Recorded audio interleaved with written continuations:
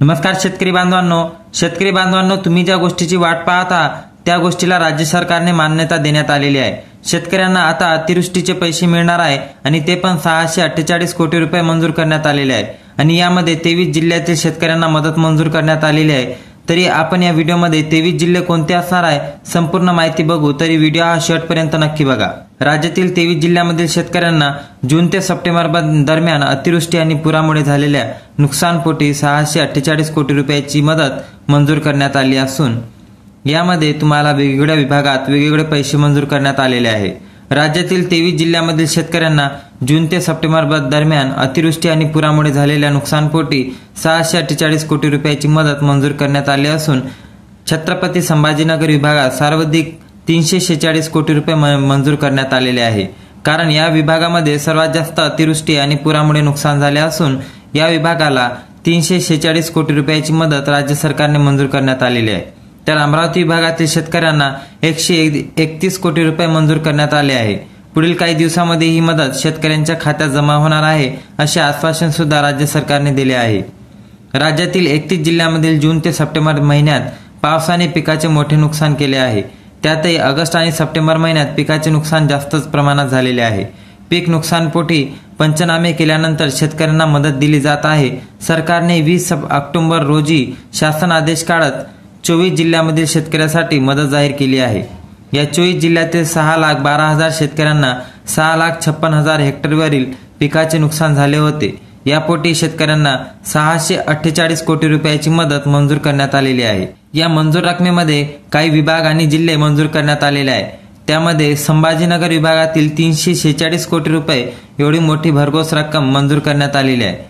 छत्रपती संभाजीनगर विभागातील बीड, लातूर, परभणी, छत्रपती संभाजीनगर, जालना, हिंगोली, नांदेड जिल्ह्यात 3,88,000 हेक्टरवर पिकाचे नुकसान झाले आहे। 3,58,000 शेतकऱ्यांसाठी 346 कोटी रुपये मंजूर करण्यात आले आहेत।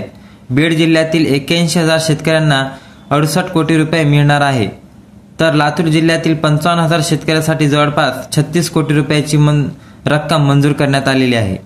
परभणी जिल्ह्यातील 39,000 शेतकऱ्यांना 49 कोटी 42 लाख रुपये मंजूर करण्यात आलेले आहे। छत्रपती संभाजीनगर जिल्ह्यातील 41,000 नुकसानग्रस्त शेतकऱ्यांना 81 कोटी 62 लाख रुपये मंजूर करण्यात आले आहे।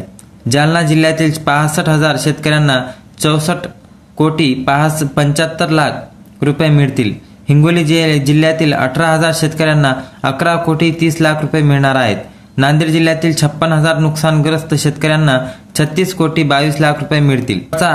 तर पुढचा विभाग हा अमरावती विभाग असून यामध्ये 131 कोटी रुपये मंजूर करण्यात आलेले आहे। अमरावती विभागातील वाशिम, बुलढाणा, यवतमाळ, अमरावती आणि अकोला जिल्ह्यातील 1,07,000 शेतकऱ्यांना 131 कोटी रुपये 56 लाख रुपयांची मदत मंजूर करण्यात आली आहे।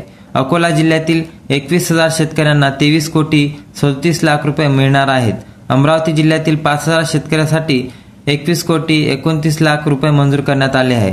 यवतमाळ जिल्ह्यातील 37,000 शेतकऱ्यांना 56 कोटी 11 लाख रुपये मंजूर करण्यात आले आहे। बुलढाणा जिल्ह्यातील 35 लाख शेतकऱ्यांसाठी 24 कोटी 66 लाख रुपयाची मदत मंजूर करण्यात आली आहे। वाशिम जिल्ह्यातील 8,000 शेतकऱ्यांसाठी 6 कोटी रुपयाची मदत मंजूर करण्यात आलेली आहे।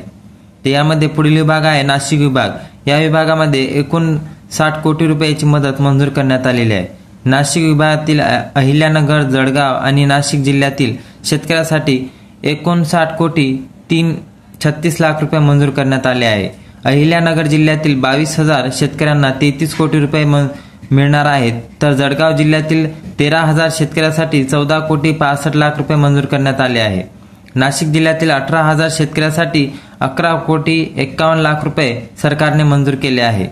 यामध्ये नागपूर विभागात 7.5 कोटी रुपये मंजूर करण्यात आलेले आहे। त्यामध्ये नागपूर, चंद्रपूर, वर्धा आणि गडचिरोली जिल्ह्यासाठी 7 कोटी 51 लाख रुपयाची मदत मंजूर करण्यात आली असून नागपूर जिल्ह्यातील 1,000 शेतकऱ्यांसाठी 2 कोटी रुपये 27 लाख मंजूर करण्यात आले आहे। चंद्रपूर जिल्ह्यातील 2,500 शेतकऱ्यांसाठी 5 कोटी रुपये मंजूर करण्यात आले आहे। तर वर्धा जिल्ह्यातील 300 शेतकऱ्यांना 21 लाख रुपये मिळणार आहेत।